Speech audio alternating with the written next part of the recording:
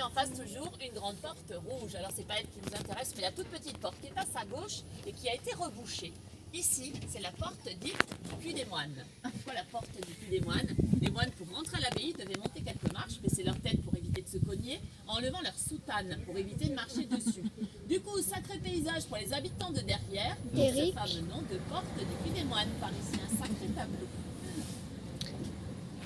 Du château, avec en place centrale, derrière le petit muret, les vestiges de la mare qui servaient à abreuver les animaux du château. Et donc la ferme, le château, tous les bâtiments annexes, tout ça s'est réparti au sein d'une seule et même grande famille, une famille valéricaine, des gens de Saint-Valery. Ils vivent encore tous à l'intérieur de ce très vaste domaine. C'est donc une très grande propriété privée qu'on ne peut pas visiter. Et c'est vraiment intergénérationnel à l'intérieur. Grands-parents, parents, enfants, cousins, tout le monde habite dedans.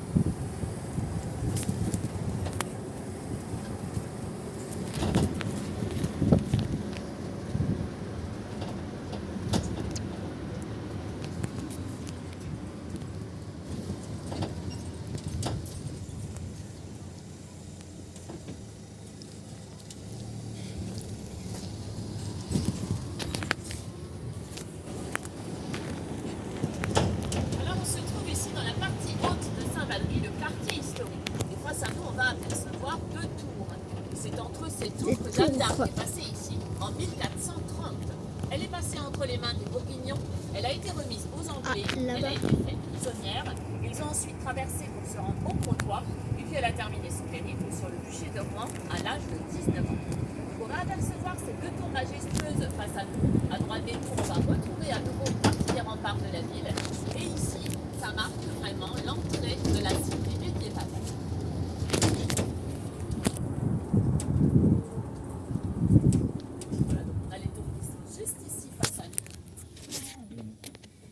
Des tours et les remparts, et puis on va passer entre les tours et de chaque côté on va apercevoir des petites portes en bois.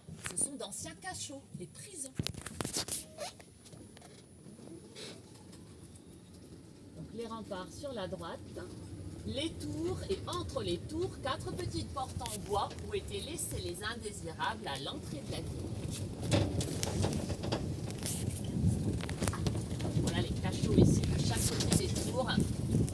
Chercher une chambre pour ce soir, n'hésitez pas, hein, ça peut être disponible. Très accueillant. Et à la sortie des tours, côté gauche, on va trouver ce point de vue exceptionnel sur la baie, cette baie de Saint-Louis, près de 70 km. Attention à vous, monsieur. Sur près de 70 km², un paysage qui est rythmé par les marées basses, les marées hautes. Donc là, la mer qui est en train de redescendre progressivement. Dans quelques heures, on sera face à un paysage plutôt désertique. Ce côté désertique, ça s'explique par le fait que la mer, lorsqu'elle repart d'ici, elle s'en va jusqu'à 11 km, un peu plus en arrière, côté gauche, pour rejoindre la Manche. Contrairement à marée haute, tout quand ce sont de très fortes marées, alors il n'existe plus que l'eau entre ici Saint-Valery et le Crotoy qu'on aperçoit en face. Toute la partie sablonneuse et toute la partie verte du milieu, tout ça c'est recouvert par la mer quand ce sont de très fortes marées, à l'exception de petites cabanes qui vont remonter à la surface de l'eau, ce sont des huttes de chasse. La chasse étant une grande tradition ici en Baie-de-Somme, dans cette partie de la baie, on a un peu plus de 200 huttes de chasse avec différentes pratiques à l'intérieur de la baie. On a notamment la chasse à la botte, chasse au cercueil, à la hutte fixe et à la hutte flottante. Et donc les cabanes qui remontent à la surface de l'eau avec ces forts coefficients de marée, ce sont les huttes flottantes, ces huttes de chasse. Et le marnage, c'est-à-dire la différence entre la basse mer et la pleine mer, ça peut varier de 6 à 11 mètres. D'où ces différences de paysage parfois en une seule journée. Là, pour vous donner une idée, la pleine mer, vers 13h aujourd'hui, on était à un petit peu moins de 10 mètres. Là, les coefficients vont remonter pour les jours à venir jusqu'à mercredi et ça redescendra ensuite. Et les marées, alors c'est le même principe qu'au Mont-Saint-Michel. On dit qu'elle va à la vitesse d'un cheval au galop. Alors c'est pas tout à fait vrai. Ici le cheval il arrive un peu en bout de course, il est un petit peu fatigué. Cela dit, elle reste tout de même rapide et dangereuse puisqu'elle va d'abord encercler les bancs de sable avant de les recouvrir. D'où la dangerosité et le fait de pouvoir se faire surprendre quand on est à l'intérieur de la baie. Sachez que la traversée à pied est possible pour aller jusqu'au Crotoy. À marée basse, bien sûr, alors à vol d'oiseau. Depuis ici au Crotoy, on a 7 km, on ne peut pas y aller tout droit, il y a quelques petits chenaux à contourner. Et bien évidemment, il est fortement recommandé de prendre les conseils d'un guide pour s'aventurer dans la baie, car malheureusement, les accidents ne sont pas rares chaque année. Pour la traversée à pied avec le guide, il faut compter 2h30 de balade. Plusieurs formules sont proposées. On peut vous proposer l'aller-retour à pied, l'aller à pied, le retour en petit train. Il y a plusieurs options, ça c'est à voir avec les guides. Et puis tout à l'heure, je vous ai parlé des moutons de présalé. À l'intérieur de la baie, on trouve également différentes plantes comestibles comme la salicorne, qu'on appelle aussi pasquière ou haricot de mer. Cette salicorne, elle se consomme comme des cornichons. Elle agrémente fort bien charcuterie et poissons. Et on trouve aussi l'astère maritime, qu'on appelle également oreille de cochon. Une petite feuille qui ressemble légèrement à l'oreille de l'animal. Elle peut se consommer en chips, en poêlée comme les épinards ou en salade également. Entre autres, il y en a d'autres, l'obione, la soude maritime, l'absinthe de mer, les pompons, tout ça ce sont des plantes halophiles qui sont recouvertes régulièrement par l'eau salée et du coup quand on les cuisine, pas besoin d'ajouter de sel, elles sont déjà de par elles-mêmes très richement iodées. Et puis enfin la baie c'est aussi un territoire important pour les phoques. On a une grande colonie de phoques ici en baie de Somme, composée de presque 900 individus, avec deux types de phoques à l'intérieur de la colonie. On a le phoque gris et le phoque vaumarin. Le phoque gris, c'est le plus costaud. Le vaumarin, lui, il est plus petit. En revanche, il est plus important en nombre dans la colonie. Il représente environ 600 animaux. Et il faut savoir qu'un phoque, ça mange en moyenne 6 à 8 kilos de poissons par jour et par animal. Du coup, ici, la cohabitation entre les pêcheurs et les phoques, parfois, c'est un petit peu compliqué. Il y a un peu de rivalité pour les poissons, par ici. Alors, pour trouver les phoques, quand on est à marée basse, on a plus de chances de les observer à 10 km d'ici, vers le Hourdel et Cailleux-sur-Mer. Là-bas, il existe des grands bancs de sable qu'on appelle les reposoirs. Les phoques vont se reposer, reprendre leur force, et quand la mer monte, ils suivent le courant et les poissons pour pouvoir se nourrir. C'est donc à marée montante, à marée haute, qu'on a plus de chances de les observer le long des quais de la ville, jusque dans le port de Saint-Valery. Et quand ils sont dans l'eau, eh bien c'est assez rapide, c'est une petite boule noire, c'est la tête qui sort de l'eau, et il faut être au bon endroit, au bon moment quand ils ont décidé de se montrer, puisque ces phoques sont des animaux totalement sauvages et en pleine liberté. Donc dans l'eau, c'est pas évident, c'est vraiment au petit bonheur la chance pour pouvoir les apercevoir. Vous avez vu peut-être avec les bateaux? Oui. Un petit peu, ouais, au loin. Quand les bateaux On les sortent, a ils sont vus. très curieux, ils viennent toujours voir un petit peu autour ce qui se passe. Donc c'est assez rapide, hein, ils se montrent, et puis ils jouent autour et puis ils s'en vont ensuite. C'est-à-dire, ils jouent. Ils viennent voir un petit peu ce qui se passe, voilà, sont très curieux mais aussi un peu craintifs. Donc ils viennent mais sans trop s'approcher et après ils se sauvent et ils partent ailleurs pour aller voir un peu plus loin. Allez, on y retourne. Des Donc babys. ici c'est un paysage exceptionnel, la mer est en train de descendre, à marée basse c'est complètement différent mais c'est tout aussi joli. Et de chaque côté des tours, notamment à l'avant côté gauche au niveau du banc, on a des escaliers qui conduisent en bas sur une petite plagette. Alors à Saint-Valery, la baignade est interdite, le courant est bien trop important dans cette partie de la baie pour pouvoir se baigner. En revanche, on a un petit coin de sable pour les enfants jouer, se prélasser au soleil. Il y a également un bar de plage et quand les marées sont importantes, on a les pieds dans l'eau pour prendre un verre juste en bas. C'est au niveau du club de kayak, non? Oui, tout à fait. Ouais, ouais. Et puis dans ce quartier historique, on trouve de vieilles maisons. Sur la droite, une maison blanche et marron à colombage. C'est pas la plus vieille maison du quartier, mais elle date de 1900.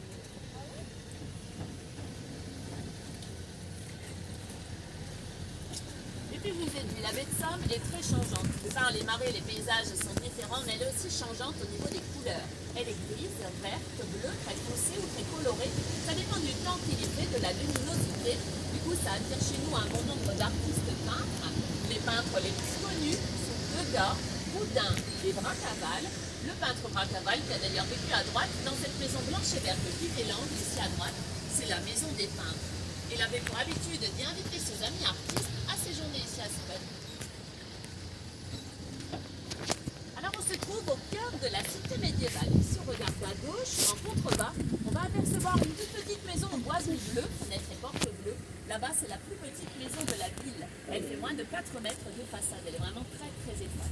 Alors elle est étroite, mais elle est aussi peu profonde puisqu'au final, à l'arrière, toutes les maisons viennent à se rejoindre. Du coup ici, c'est pas l'idéal pour la famille nombreuse. Elle est toute petite. Ouais. Elle est trop petite.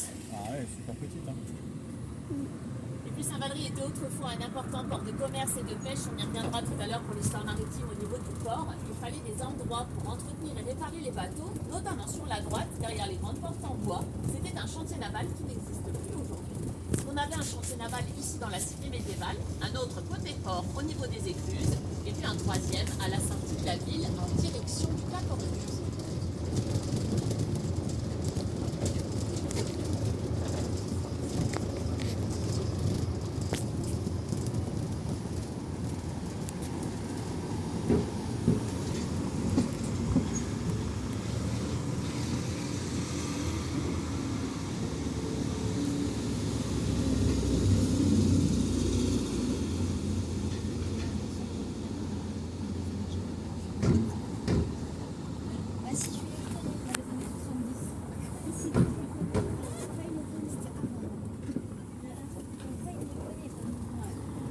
dans cette rue face à nous, on va trouver l'église de la ville, l'église Saint-Martin.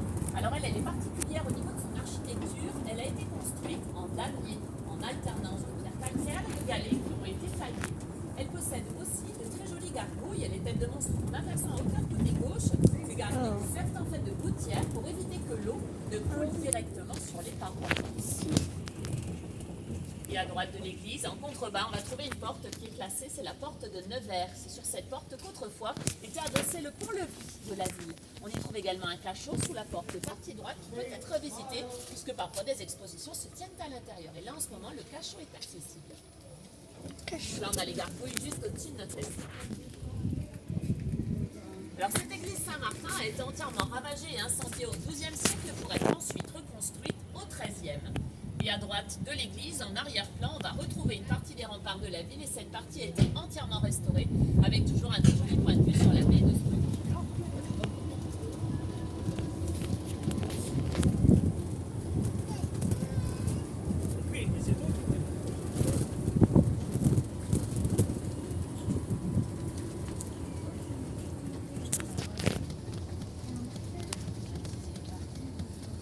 C'est compliqué le stationnement ici. Et puis dans cette rue côté gauche, on va trouver à nouveau des maisons à colombage blanches et marron. Et la plus blanche d'entre ces deux maisons, pas la première mais la deuxième maison, est une maison qui est joliment restaurée. Elle date du Moyen-Âge, elle est dans la même famille depuis 1620 cette maison. Juste ici à l'avant-gauche, depuis 1620 dans la même famille. Celle-ci. Celle-là. Ouais. Et puis toujours à gauche, au niveau de la voie de 420, on c'est la même retrouve famille qui habite petite là. maison de la ville, fenêtre et porte bleue. La maison des Mais ils Schtroumpfs. ont pas 400 ans. On a fait le tour de ce 1620, on est en 2022. Mais ils ont pas 400 ans. Non, mais les gens ils ont pas 400 ans, Alors mais dans c'est ce la même quartier famille. historique, on remarque sur un bon nombre de murs, comme sur l'église, les fameux C'est damiers, les les petits, alternances entre des- les pierres calcaires et les galets qui ont été Il y a taillés. rien, Ce sont des galets qui rien. proviennent essentiellement de Cailleux-sur-Mer, à 10 km d'ici.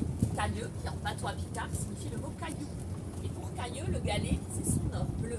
C'est un galet qui est très recherché, il est très pur, très riche en silice. Il est encore ramassé et trié à la main par des côtiers. Et donc ces galets sont broyés, incinérés, servent notamment dans la réfection de bâtiments, comme par ici, mais aussi dans les peintures routières, de la porcelaine, ou encore dans des cosmétiques, comme dans du rouge à lèvres ou dans du dentifrice. Ces galets sont des éléments totalement naturels qui proviennent de l'érosion des falaises entre Holt, Mers et Le Tréport, des morceaux de roche qui se cassent, qui tombent à l'eau, et c'est le roulis des vagues qui va former ces galets. Et puis sur la droite, on va retrouver ici le fameux jardin des religieuses, le jardin de l'herbarium dont je vous ai parlé tout à l'heure. Ce jardin, on y accède à droite via les petits escaliers qui sont en arrière-plan près de la porte du garage. Le plateau du haut, c'est l'herbarium. Et en bas, derrière les panneaux en cordage et les grilles bleutées, c'est une partie plus récente du jardin, c'est le fructicetum. Alors ce jardin, dans lequel on retrouve environ 1000 variétés de plantes différentes, avait vraiment été pensé pour les pauvres malades de l'hôpital, avec à l'intérieur des plantes médicinales pour les soigner, des plantes culinaires pour les nourrir et des plantes tinctoriales pour reteinter leur vêtements. Un très joli jardin médiéval qu'on peut visiter. Il est parfois agrémenté d'expositions à ciel ouvert. Là, la réouvert depuis Pâques et il se fermera en octobre. Avec de jolies palissades en cordage sur les côtés pour rappeler le côté marin de la ville et le quartier des corderies où étaient fabriqués tous ces cordages, tous ces nœuds pour la mer. Alors on quitte à présent la cité médiévale et on va se diriger vers le quartier des pêcheurs, le quartier du Courquin.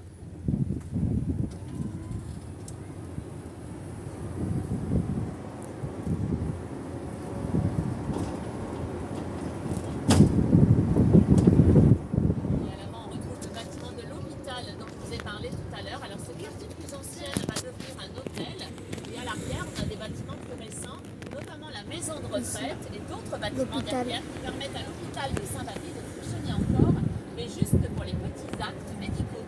Les plus grands hôpitaux se trouvant ici à 20 km sur la ville.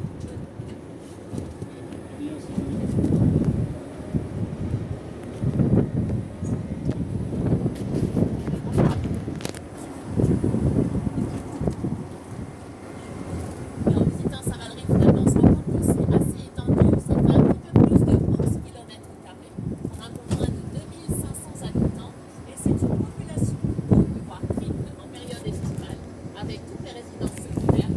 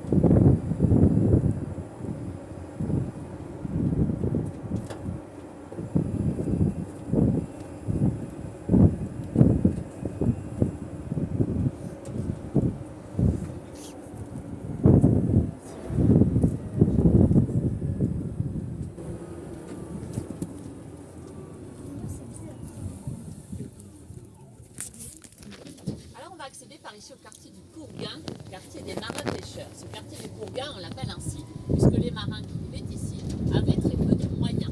Ils avaient de petits revenus, de petits gains, d'où le terme Courguin pour petit gain. On va descendre dans le quartier, vous allez voir, c'est assez particulier, très étroite et très entente, qui nous conduisent directement vers la mer. Et dans ces rues, on trouve les petites maisons de pêcheurs, accolées les unes aux autres et plutôt colorées. Et cette diversité de couleurs s'explique par le fait que les marins, puisqu'ils n'avaient pas beaucoup d'argent, récupéraient la peinture de leur bateau pour repeindre les façades. Du coup, si le bateau était bleu, par exemple, eh bien la maison, elle était bleue, elle aussi. Pas de petites économies. On va descendre la rue des Moulins qui se prolonge face à nous. Et côté gauche, après la dernière voiture, on devra apercevoir la rue étroite et piétonne de la rue des Pilotes. On se trouve au cœur du quartier du Courguin, chez les pêcheurs, des rues qui descendent à pic de chaque côté directement vers la mer. Donc à l'avant-gauche ici, la rue des Pilotes qui plonge directement vers la baie, les pilotes étant les personnes qui dirigeaient les bateaux à l'intérieur du port. Et si on va encore plus à gauche, on accède au calvaire des marins, autour de la petite chapelle blanche qu'on a aperçue sur le quai tout à l'heure. On peut aussi y accéder par ici. Ça monte un petit peu, mais il n'y a pas d'escalier. Et en 3 minutes, on arrive sur ce très joli point de vue, le calvaire des marins. Voilà donc ici le quartier du Courguin. Alors il existe une petite charte dans ce quartier. Tout nouveau locataire. Attention à vous, monsieur. Jean-Pierre. Merci. Tout nouveau locataire, nouveau propriétaire se doit d'entretenir au moins à l'identique, en tous les cas autant coloré, autant fleuri ce quartier pour le garder tout. Il y a encore un Pierre. Hein. Tous les ans dans le quartier aux alentours du 15 août a lieu ici la fête de la mer, une fête en hommage aux marins pêcheurs, et pour l'occasion, toutes les maisons sans exception sont agrémentées de filets de pêche, ornées d'énormément de fleurs, avec notamment du lilas de mer et des glaïeuls. Donc, tous les ans, cette fête de la mer, cette année, c'était les 13 et 14 août. C'est quoi des glaïeuls? C'est des grandes fleurs.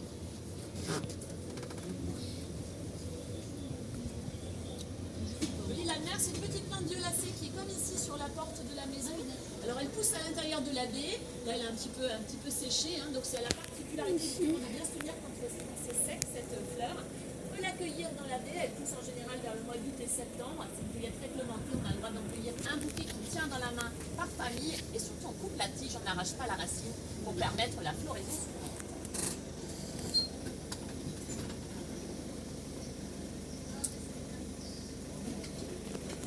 Sport aujourd'hui dans Saint-Valery pour circuler. Hein. Merci beaucoup en tout cas. Donc on va descendre ici dans la rue commerçante qui est la rue de la Ferté. La Ferté qui tire son nom du mot Firmitas. Firmitas qui signifie la terre ferme. C'est là où les bateaux venaient accoster.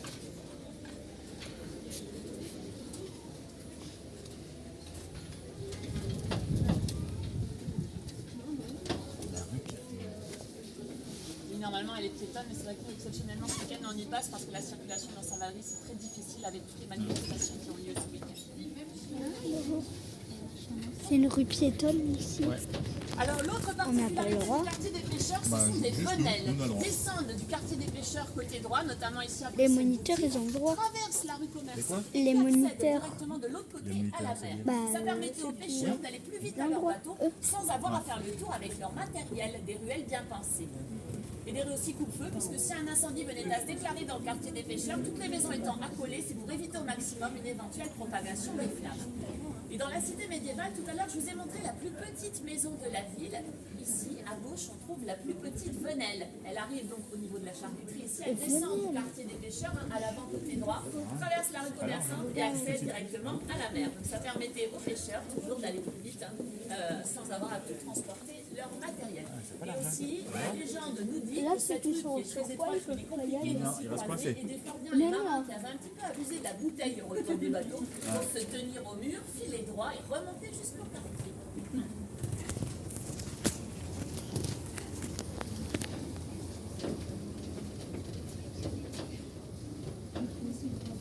Attention à vous! Tut, tut.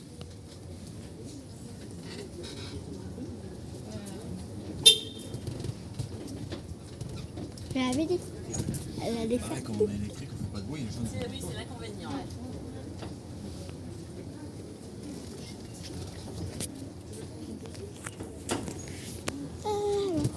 Attention!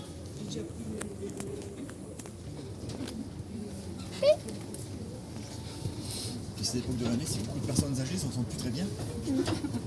Bon.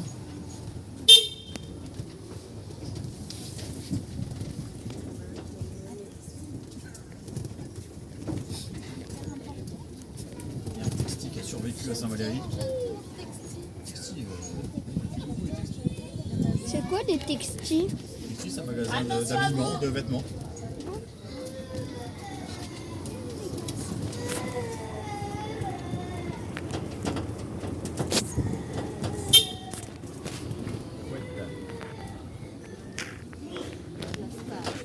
Ah oui, il est passé inaperçu, là, c'est fichu. Et donc à la sortie de la rue commerçante, on va retrouver le port de la ville. Alors Saint-Valéry était autrefois un important port de commerce et de pêche, mais malheureusement à cause de l'ensablement de la baie, tous les gros bateaux ne peuvent plus rentrer à quai ici. Il n'y a plus suffisamment d'eau, c'est exceptionnel quand c'est une forte marée, il n'y a plus suffisamment d'eau pour que les gros bateaux puissent revenir. Et du coup ici, donc la grosse pêche c'est terminé et on pêchait essentiellement des poissons plats, sols, carlets, limandes, turbots, un peu de Saint-Jacques aussi, et puis des sauterelles avec des bateaux, des sauterelles.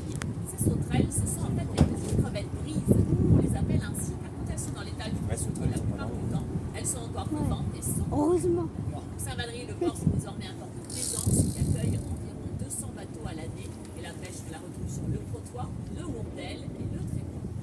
Et puis face à nous, juste derrière le camion de pompiers, c'est l'entrepôt des sels. Cet entrepôt des sels, c'est un bâtiment qui date du XVIIIe siècle et à l'époque, c'était un des plus grands entrepôts du royaume.